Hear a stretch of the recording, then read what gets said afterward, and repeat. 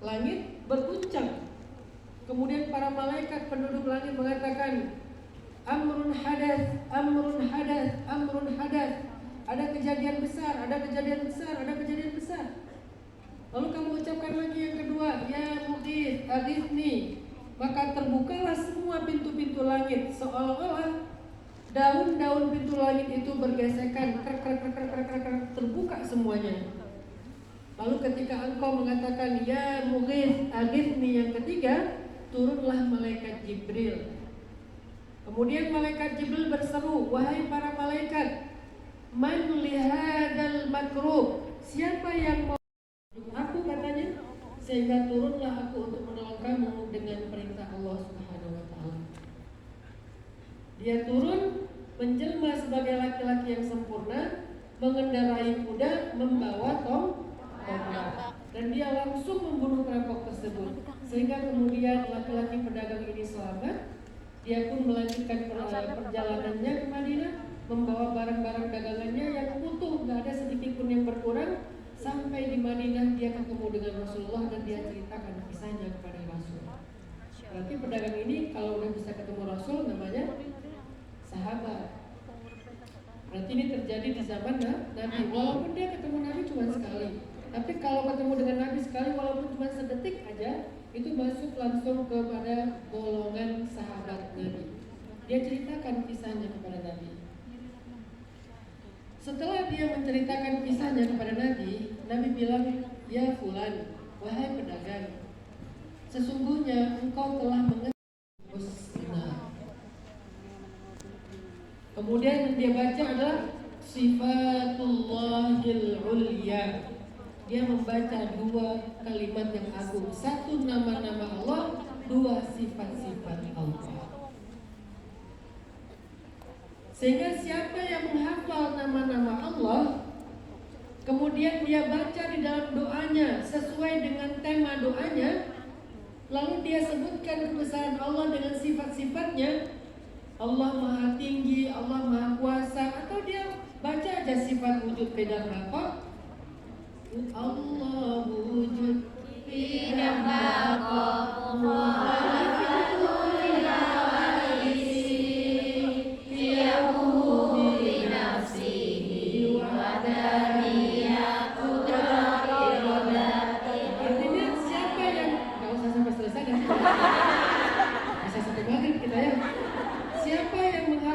sifat-sifat Allah, nama-nama Allah, kemudian dia baca di dalam doanya sebagaimana perintah Allah,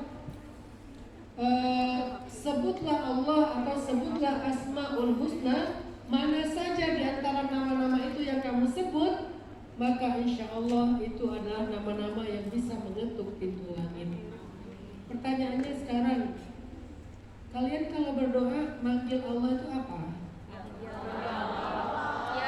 Allah, apa lagi? Ya Rahman, ya Rahim, ya Malik. Padahal yang diminta tentang mantan.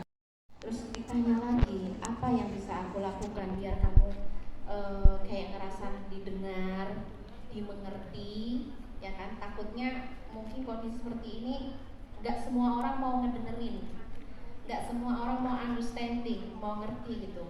Terus kata dia, di dalam tubuhku ada sebuah derita cinta yang hampir saja menghabisi nyawaku.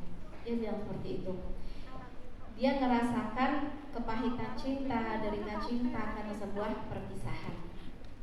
Terus gak lama, beberapa saat setelah dia komentar seperti itu, badannya bergetar, dia berteriak dan nyawanya meninggalkan jasadnya. Dia mati dalam kondisi apakah syahid cinta, apakah apa ini ya, Allahu a'lam, kita nggak tahu, kita nggak boleh juga kita ngejudging gitu ya. Makanya ngelihat kondisi seperti ini, Abdullah bin Abbas sampai Allah berdoa ya, karena kan ya, ini sakit apa, ini jenis penyakit apa, kok bisa sebuah penyakit sampai bisa mengambil nyawa seseorang.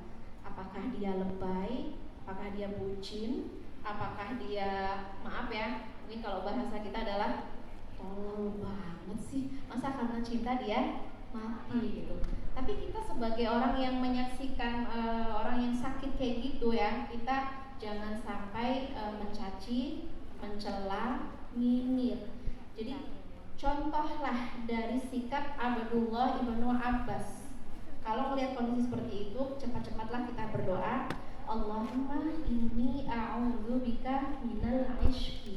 Ya Allah, jauhkan aku dari musibah cinta, derita cinta, brutalnya rasa rindu, ya, kepedihan cinta, perihnya cinta, karena itu real, gak semua orang ngerasain, makanya ya biasa aja gitu, yang tidak merasakan. Bahkan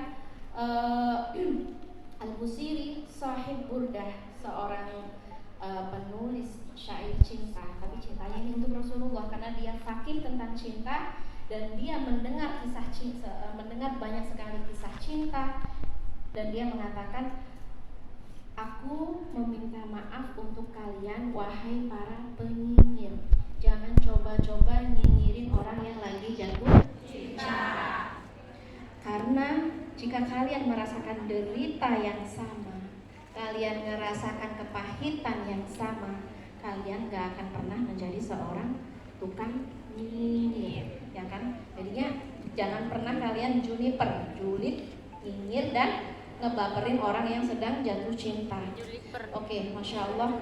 Jadi memang kondisi orang jatuh cinta itu secara umum ya. Ini contoh cowok, yang cewek siapa? Zulaiha. Zulaiha itu perempuan cantik, sudah ada suami, dia punya posisi, dia seorang tokoh perempuan ya di negerinya ya. Tapi ketika dia jatuh cinta, apa yang terjadi? Dia kehilangan akalnya, dia kehilangan maksudnya ya dia nggak lagi memikirkan tentang status dia, nggak lagi memikirkan apapun, yang penting jatuh cinta. Karena katanya orang jatuh cinta itu beneran udah jadi batu.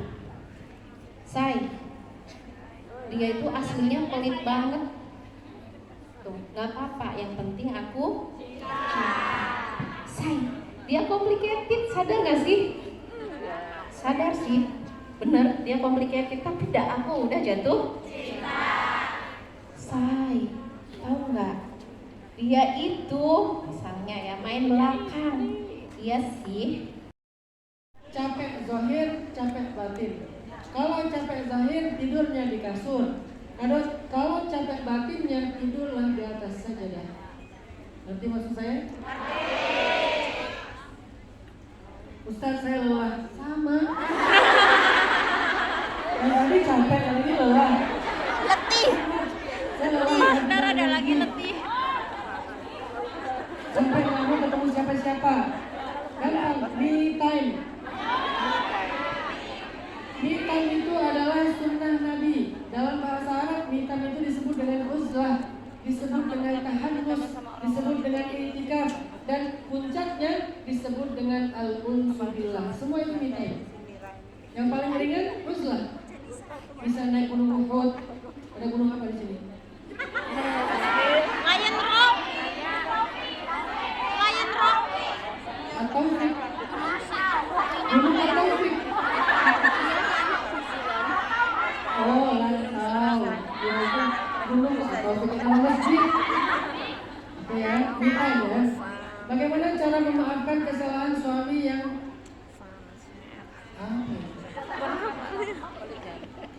Oh, ini yang tentang tema pasangan. Tema pasangan saya baca beberapa tadi, udah saya baca ya. Yang intinya adalah ada yang suaminya mentalak dia lewat WA. Ada yang suaminya mentalak dia pas lagi marah-marah. Terus ditanya, kalau suami marah-marah mentalak, apakah jatuh talak? Saya tanya balik, memang ada talak yang gak marah? Yang talak ya? Ada talak yang gitu. Kayak jadian yuk. Aku pengen deh talak kamu. Yang namanya talak di mana-mana mah. Jadi talak yang tidak marah yang tidak menjatuhkan talak itu adalah marah yang sampai kehilangan akal. Kalau masih bisa ngitung 1 sama dengan 11, berarti masih berakal. Jadi itu nggak masalah. Terus talak lewat WA itu sama dengan talak lewat surat. WA itu kan surat digital. Kalau dulu nggak ada WA, adanya surat, maka jatuh talak. Kalau benar-benar niatnya untuk talak. Bagaimana kalau istri bertahan demi anak aja sebetulnya, udah nggak ada rasa cinta? Bentar, kata para ulama dalam rumah tangga, Allah nggak pernah ngomongin tentang cinta. Yang ada dalam rumah tangga itu adalah mawaddah warahmah, kasih sayang, bukan cinta. Kenapa Allah nggak pernah bicara tentang cinta dalam rumah tangga? Padahal kita selalu bicara tentang cinta. Karena Allah tahu tidak semua rumah tangga itu berdasarkan cinta. Ada banyak rumah tangga yang dibangun bertahan dengan kasih sayang, bukan dengan cinta. Cinta itu kan perasaan yang nggak bisa dipaksain. Kayak ada ngekliknya gitu. Ini nggak ngeklik dengan pasangannya, tapi dia sayang, dia kasihan, dia sayang kepada pasangannya sehingga dia bertahan, sehingga dia memberikan hak, sehingga rumah tangga mereka menjadi nyaman, bahagia. Walaupun modalnya bukan cinta, tapi modalnya kasih dan sayang. Jadi nggak apa-apa kalau salah satu di antara bentuk kasih sayang itu mampu mempertahankan rumah tangga kita. Salah satunya apa? Anak. Nggak apa-apa banget. Dan itu nggak zalim. Sambil meminta kepada ya wadud, beri kami mawaddah, warahmah dan seterusnya. Kan nggak bisa sekaligus. Ada lagi yang nanya tentang suaminya. Bagaimana kalau misalnya suami kita tuh suka marah-marah? Apakah kita bertahan aja atau boleh nggak kalau kita berpikir untuk minta talak? Kalau marah-marah doang mungkin masih bolehlah kita belajar sabar. Tapi kalau udah KDRT, kalau udah mulai fisik, kalau udah menyakiti, menzolimi secara membabi buta, maka pilihannya kembali kepada perempuannya. Dia berhak untuk meminta perlindungan dengan cara berpisah, atau juga dia bisa bertahan dan itu kembali kepada dia. Nah, ini tentang orang tua. Bagaimana cara menyikapi ibu yang selalu minta dibiayai umroh? Sementara itu saya harus menabung dulu. Dikarenakan permintaan itu saya sepertinya harus menunda niat menikah. Bagaimana pandangan Ustaz? Kalau menikahnya kita itu sudah menjadi kebutuhan yang sangat darurat, maka dahulukan yang darurat atas yang sunnah. Umroh adalah sunnah. Menikah wajib bagi sebagian orang, sunnah bagi sebagian lain, haram bagi sebagian yang lain. Tergantung niatnya. Kalau dia udah takutnya kalau nggak menikah malah berbuat zina, kalau nggak menikah nanti pacarannya terusan, maka menikah itu wajib. Maka dahulukan yang wajib atas yang sunnah. Insya Allah walaupun ibu kecewa itu tidak termasuk durhaka. Kenapa? Karena sesuai dengan agama Allah, syariat Allah.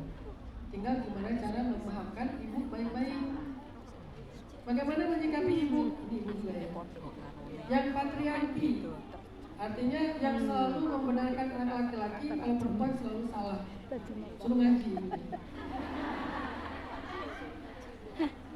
Suruh ngaji. Karena Nabi SAW itu paling sayang kepada Sayyidah Fatimah, anak perempuannya, dan selalu mendengar pendapat Fatimah. Nabi mendengar pendapat Aisyah, Nabi mendengar pendapat Khadijah, dan semua itu adalah perempuan. Nabi dengar pendapat mereka, Nabi sayang kepada mereka, Nabi tunaikan hak-hak mereka. Tidak ada bedanya seperti Nabi juga mendengar pendapat laki-laki. Jadi ini bukan tentang gender, ini tentang kebijaksanaan. Apa itu? Mungkin assalamualaikum kali ya, jadi disingkat ini tab ya. Apakah salah jika saya marah kepada orang tua sendiri? Saya anak perempuan satu-satunya. Mungkin orang tua bermaksud saya kepada putrinya, tapi saya merasa orang tua selalu ikut campur rumah tangga kami hingga akhirnya hubungan kami suami istri tidak baik. Tergantung ikut campurnya apa. Kalau ikut campurnya untuk mendamaikan, Nabi juga ikut campur. Ketika terjadi pertengkaran antara Ali dengan Fatimah, maka kemudian Nabi bilang ke Fatimah, wahai Fatimah, belajarlah kepada Asma. Asma itu ahli surga. Ternyata yang disuruh Nabi belajar kepada Asma itu adalah tentang bagaimana Asma sangat baik pada suaminya.